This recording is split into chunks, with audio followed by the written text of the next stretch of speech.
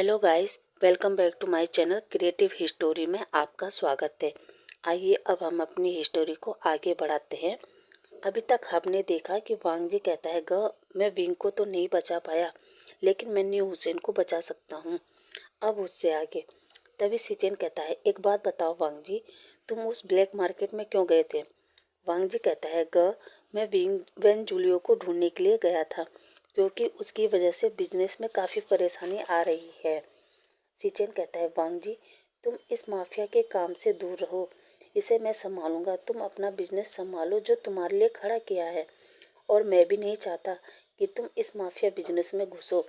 वांग जी पता है, ये एक दलदल है, जो इसमें एक बार घुस जाता है वह चाहकर भी बाहर नहीं निकल सकता।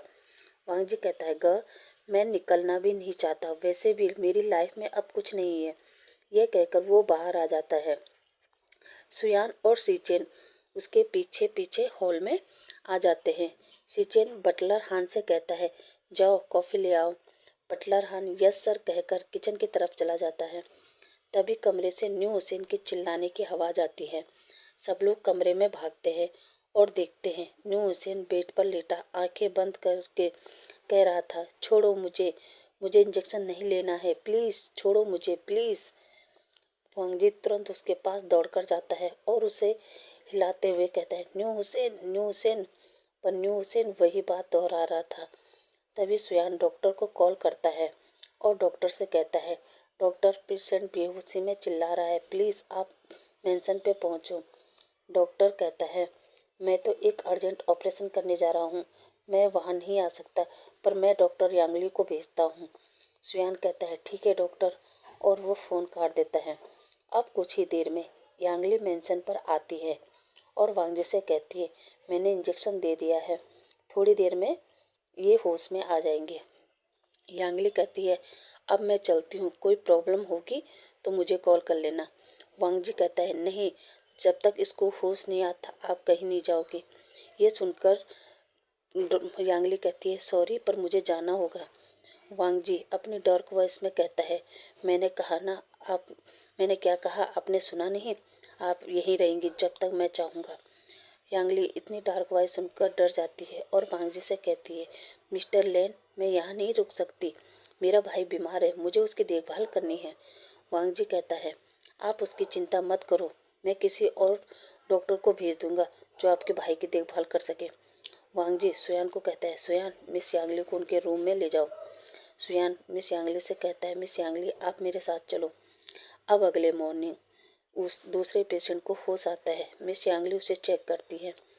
मिस यांगली उसे गुड मॉर्निंग कहती है और कहती है, कैसी हो तुम? वो कहती है, मैं ठीक हूँ, आप कौन है और मैं कहाँ हूँ? तब घर के सभी लोग वहाँ आ जाते हैं।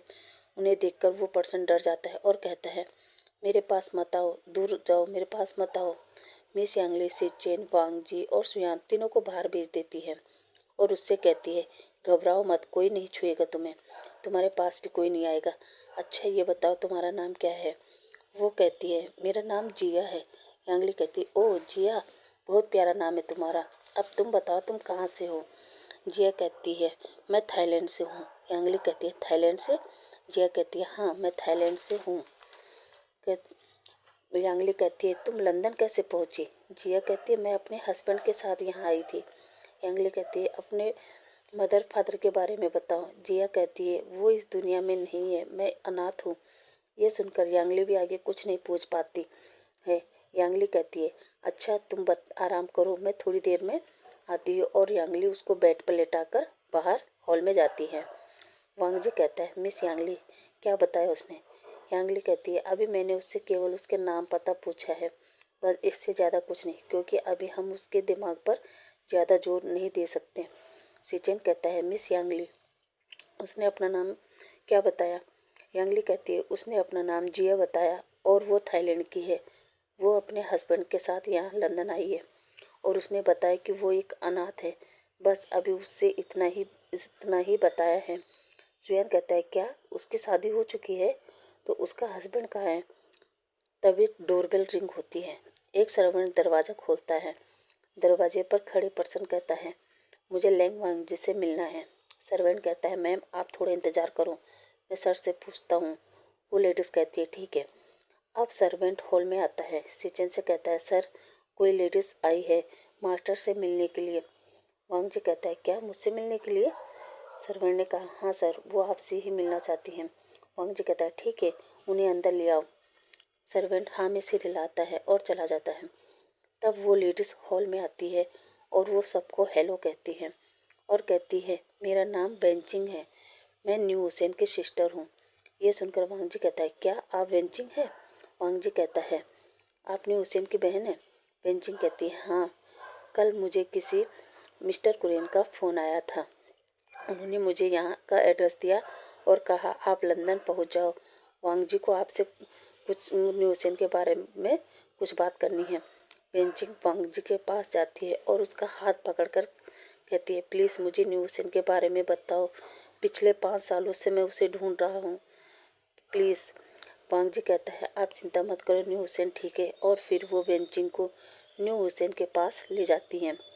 बेंचिंग न्यू हुसैन को देखकर उसकी आंखों में आंसू आ जाते हैं और बेंचिंग वांग जी से पूछती है इसे क्या हुआ है? वांग जी कहता है कुछ नहीं, आप हमारे साथ चलिए, हम नीचे चलकर बात करते हैं। अब वांग जी बेंचिंग सीचेन यांगली नीचे हॉल में आते हैं। वांग जी कहता है बेंचिंग ये मेरे ब्रदर सीचेन है, ये डॉक्टर यांगली है, ये सुयान है मेरा फ्रेंड। बेंचिंग सबको दोबारा हेलो करती है और कहती है मेरा नाम डॉक्टर बेंचिंग है। ये सुनकर यांगली कहती है ओ आप भी डॉक्टर है? तभी वांग जी कहता है न्यू हुसैन ने उसे बताया था कि आप चाइना की टॉप हार्ट सर्जन हैं। बेंचिंग कहती है हाँ। यांगली बेंचिंग से हाथ मिलाकर कहती है हेलो मेरा नाम मैं डॉक्टर यांगली हूँ, आपका भाई का इलाज मैं ही कर रही हूँ। वांग जी कहता है बेंचिंग तुम क्या बता रही थी कि न्यू हुसैन को तुम 5 सालों से ढूंढ रही हो? बेंचिंग कहती है हाँ, पिछले 5 सालों से मैं न्यू हुसैन को ढूंढ रही हूँ। वांग जी कहता है बेंचिंग क्या हुआ था 5 साल पहले न्यू हुसैन के साथ? बेंचिंग कहती है मुझे नहीं पता वांग जी, उस दिन मैं हॉस्पिटल में थी, तभी न्यू हुसैन का कॉल आया। उसने मुझे कहा सीजे मैं विंग से मिलने जा रहा हूँ, आपसे शाम को मिलूँगा, और उसने फ़ोन रखा। और आज वो दिन है, वो शाम आई ही नहीं। मैंने कितना ढूंढा मगर मुझे कुछ पता नहीं चला।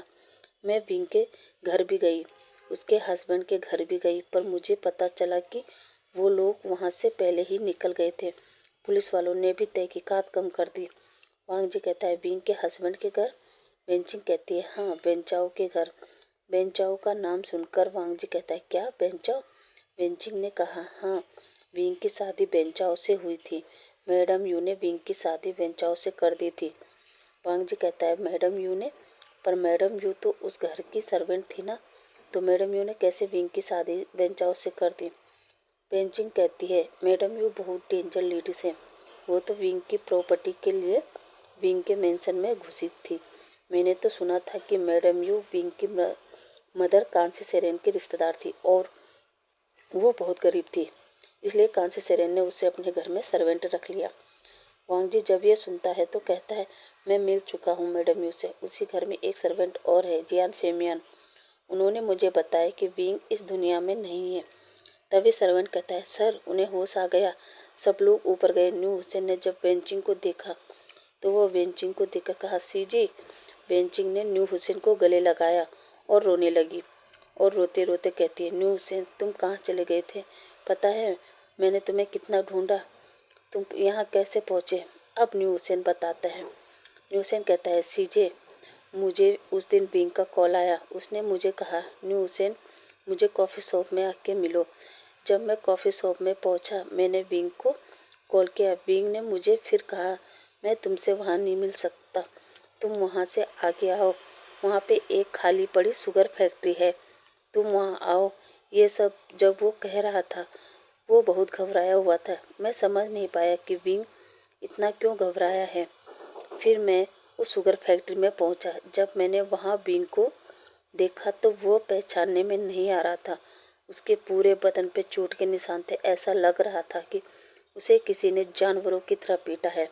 मैंने उससे पूछा विंग ये क्या हुआ तुम्हें, तुम इस हालत में? उसने मुझे बताया मैं 2 दिन से यहाँ हूँ, मैंने बेंचाओ को घायल करके वहाँ से भाग गया, मैंने 2 दिन से कुछ खाया भी नहीं है। गाइस आज की हिस्टोरी हम यहीं समाप्त करते हैं। आपसे कल मिलते हैं, तब तक के लिए बाय।